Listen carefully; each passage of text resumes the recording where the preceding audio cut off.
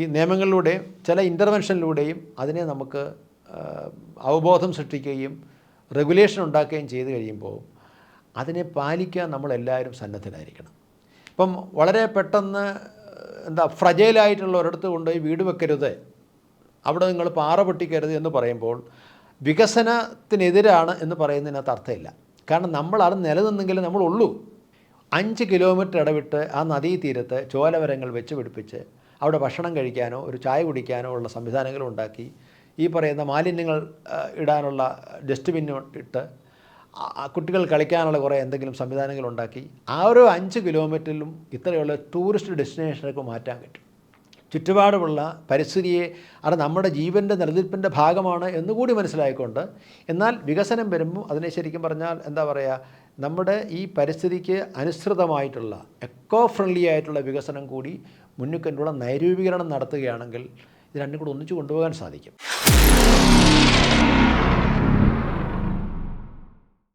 നാം ഈ പറഞ്ഞ ഈ പരിസ്ഥിതി ശാസ്ത്രത്തിൻ്റെയൊക്കെ പ്രധാനമായ ഒരു അടിസ്ഥാന സങ്കല്പം എന്ന് പറയുന്നത് നമുക്കെല്ലാം അറിയാം.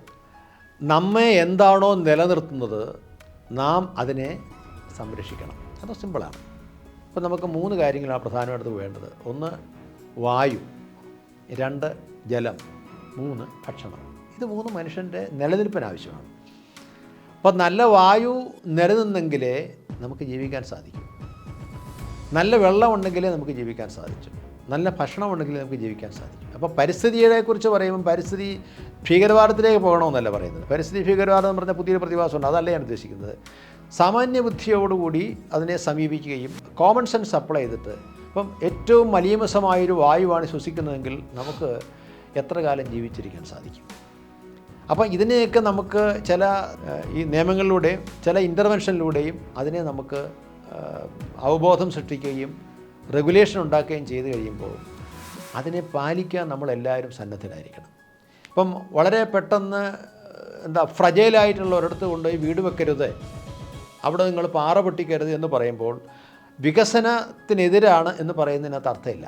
കാരണം നമ്മളത് നിലനിന്നെങ്കിലും നമ്മളുള്ളൂ. ഈ മല അതുപോലെ നിലനിന്നെങ്കിലും നമ്മളുള്ളൂ. ഒരു വല്ലപ്പോഴും വരുന്ന പ്രളയത്തിൽ മാത്രമാണ് നമ്മളിതിനെക്കുറിച്ചൊക്കെ ആലോചിക്കുന്നത്.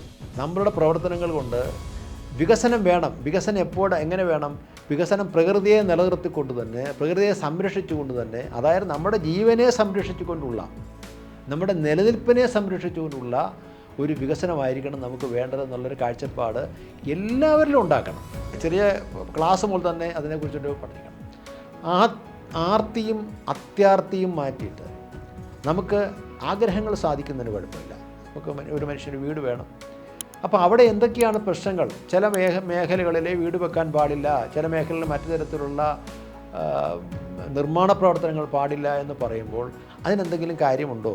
അതിനതിൽ പൊളിറ്റിക്കലായിട്ട് തന്നെ എടുക്കാതെ മനുഷ്യൻ്റെ നിലനിൽപ്പിൻ്റെ പാരിസ്ഥിതികമായ പ്രശ്നമായിട്ട് എടുക്കാനുള്ള ഒരു മനസ്സ് എല്ലാവർക്കും വേണം. അതിനെ ഏതെങ്കിലും ഒരു രാഷ്ട്രീയ പാർട്ടി പറയുമ്പം അതിനെതിരായിട്ടുള്ള, അവർക്കെതിരെയുള്ള ഒരു മൂവ്മെൻറ്റായിട്ട് മാറ്റാതെ എല്ലാവരും ഇക്കാലത്ത് സമവായം ഉണ്ടാക്കി, ഒരു സമന്വയം ഉണ്ടാക്കി നമ്മുടെ നിലനിൽപ്പിൻ്റെ ഇഷ്യൂ ആണ് എന്ന് മനസ്സിലാക്കി ജീവിക്കുകയാണെങ്കിൽ നമുക്കിത് മുന്നോട്ട് കൊണ്ടുപോകാൻ സാധിക്കും. ഇപ്പം തന്നെ വെള്ളപ്പൊക്കം ഉണ്ടാകുന്നു, പെട്ടെന്നുണ്ടായി. ഇപ്പം നമ്മൾ കഴിഞ്ഞ ദിവസം ഉണ്ടായ വെള്ളപ്പൊക്കം, റാന്നി എന്ന് പറയുന്ന സ്ഥലത്തുണ്ടായ വെള്ളപ്പൊക്കം, പാലായിലുണ്ടായ വെള്ളപ്പൊക്കം, ആറന്മുളയുണ്ടായ വെള്ളപ്പൊക്കം, ഇതൊക്കെ പണ്ട് അങ്ങനെ വെള്ളം കയറുന്നില്ല. എന്തുകൊണ്ടാണ് അവിടെ വരും? പമ്പയാറ് കവിഞ്ഞൊഴുകുമ്പോൾ പെട്ടെന്ന് അവിടെ വെള്ളം കയറും, സ്വാഭാവികം. എങ്ങനെയായി കവിയുന്നത്? കവിയാനുള്ള കാരണം നമുക്ക് 44 നദികളുണ്ട്. ഈ 44 നദികൾ 41 നദികളും കിഴക്കുന്ന പടിഞ്ഞാറോട്ട് ഒഴുകുന്ന നദികളാണ്. ഈ നദികളൊന്നും പോയി നോക്കൂ, നദിയിലെ വെള്ളം കണ്ടെയ്ൻ ചെയ്യുന്നത് കുറവാണ്. എന്താ കാര്യം? മണൽ വാരുന്നില്ല. എന്താ മണൽ വാരാത്ത? മണൽ വാരുന്നതിന് മണൽ മാഫിയ, അങ്ങനെ ഒരുപാട് ഇഷ്യൂസുണ്ട്, പാരിസ്ഥിതിക പ്രശ്നങ്ങളൊക്കെ ഉണ്ടെന്ന് പറഞ്ഞു. പക്ഷേ പണ്ട് ഇതിനെക്കുറിച്ച് പണ്ടൊരിക്കൽ ഞാൻ OMV കുറുപ്പ് സാറുമായിട്ട് സംസാരിച്ചു. അദ്ദേഹം പറഞ്ഞൊരു കാര്യമാണ്, നമ്മുടെ നാട്ടിൽ പരിസ്ഥിതിയെ ശരിയാക്കി എടുക്കാൻ മാത്രമല്ല ടൂറിസം വളരാനും ഒരു ചെറിയ കാര്യം ചെയ്താൽ മതി. ഈ 44 നദികളെയും വൃത്തിയാക്കുക. 44 നദികളും വൃത്തിയാക്കിയിട്ട് ഇതിൻ്റെ 2 സൈഡും നന്നായിട്ട് വൃത്തിയാക്കി കെട്ടി മനോഹരമാക്കി ബലപ്പെടുത്തി 5 കിലോമീറ്റർ ഇടവിട്ട് ആ നദീതീരത്ത് ചോലവരങ്ങൾ വെച്ച് പിടിപ്പിച്ച് അവിടെ ഭക്ഷണം കഴിക്കാനോ ഒരു ചായ കുടിക്കാനോ ഉള്ള സംവിധാനങ്ങൾ ഉണ്ടാക്കി, ഈ പറയുന്ന മാലിന്യങ്ങൾ ഇടാനുള്ള ഡസ്റ്റ്ബിൻ ഇട്ട് കുട്ടികൾ കളിക്കാനുള്ള കുറേ എന്തെങ്കിലും സംവിധാനങ്ങൾ ഉണ്ടാക്കി ആ ഒരു 5 കിലോമീറ്ററിലും ഇത്രയുള്ള ടൂറിസ്റ്റ് ഡെസ്റ്റിനേഷനൊക്കെ മാറ്റാൻ പറ്റും. അങ്ങനെ മാറി 44 നദികൾ കാണാൻ തന്നെ എത്ര മനോഹരമായിരിക്കും. ജലപാത, വലിയൊരു ജലപാത നമുക്ക് ഉണ്ടാക്കാൻ പറ്റും. അതിലൂടെ വലിയ ഈ ചെറിയ വഞ്ചികളായാലും ബോട്ടുകളായാലും സർവീസ് നടത്താൻ പറ്റും. പക്ഷേ ഈ മാലിന്യങ്ങൾ സംസ്കരിക്കുന്നതിനുള്ള സംവിധാനങ്ങളൂടെ അതിനകത്ത് ഉൾപ്പെടും.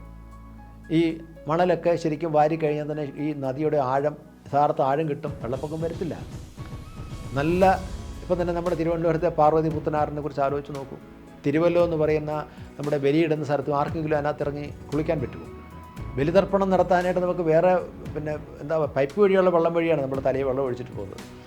അപ്പോൾ ഇങ്ങനെ മലീമസമായിട്ടുള്ള നമ്മുടെ മനസ്സിൻ്റെ ഒരു മലീമസമായ അവസ്ഥയാണ് ചുറ്റുപാടിലും മലീമസമായിട്ട് കിടക്കുന്നത്.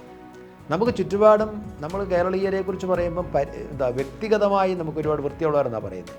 പക്ഷെ പരിസര ശുചിത്വം തീരെയില്ലാത്ത മനുഷ്യരായിട്ടാണ് പലപ്പോഴും അടയാളപ്പെടുത്തുന്നത്.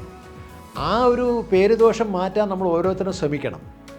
ചുറ്റുപാടുമുള്ള പരിസ്ഥിതിയെ അത് നമ്മുടെ ജീവൻ്റെ നിലനിൽപ്പിൻ്റെ ഭാഗമാണ് എന്നുകൂടി മനസ്സിലായിക്കൊണ്ട്, എന്നാൽ വികസനം വരുമ്പോൾ അതിനെ ശരിക്കും പറഞ്ഞാൽ നമ്മുടെ ഈ പരിസ്ഥിതിക്ക് അനുസൃതമായിട്ടുള്ള എക്കോ ഫ്രണ്ട്ലി ആയിട്ടുള്ള വികസനം കൂടി മുന്നിൽ കണ്ടുള്ള നൈരൂപീകരണം നടത്തുകയാണെങ്കിൽ ഇത് രണ്ടും കൂടി ഒന്നിച്ചു കൊണ്ടുപോകാൻ സാധിക്കും. ഇപ്പോൾ തന്നെ ഈ 44 നദികൾ, ഇപ്പോൾ തന്നെ നമ്മുടെ മുഖ്യമന്ത്രി വി ഡി സതീശൻ കടലിൻ്റെ സമ്പത്തിനെ നമുക്ക് കാര്യമായിട്ട് ഉപയോഗപ്പെടുത്താനും ജലപാതകൾ നിർമ്മിക്കുന്നതിനെ കുറിച്ചൊക്കെ പറയുകയുണ്ടായി. എനിക്ക് തോന്നുന്നു ആദ്യം അദ്ദേഹം ഇതിനോടൊപ്പം തന്നെ ചെയ്യേണ്ട ഒരു കാര്യമാണ് ഈ ജലപാതകൾ, നമ്മുടെ ഈ 44 നദികൾ വൃത്തിയാക്കുക. 44 നദികളും ചുറ്റും അതൊരു പ്രോജക്റ്റായിട്ട് ആർക്കെങ്കിലും കൊടുക്കട്ടെ. പ്രൈവറ്റോ അല്ലെങ്കിൽ ഗവൺമെൻറ്റോ ആർക്കെങ്കിലും ആയിക്കോട്ടെ. അതിനുള്ള എക്സ്പെർട്ടൈസുള്ള ആൾക്കാരെ ഏൽപ്പിച്ചാൽ ഒരു പ്രോജക്റ്റായിട്ട് എടുക്കട്ടെ. ഈ 44 നദികളും ഈ അടുത്ത 5 വർഷം കൊണ്ട് അതിനെ മനോഹരമാക്കി എടുക്കുന്ന ഒരു വലിയ പ്രോജക്റ്റ് എടുത്താൽ, വലിയ ദൗത്യമായിട്ട് ഏറ്റെടുത്താൽ കേരളം മാറും.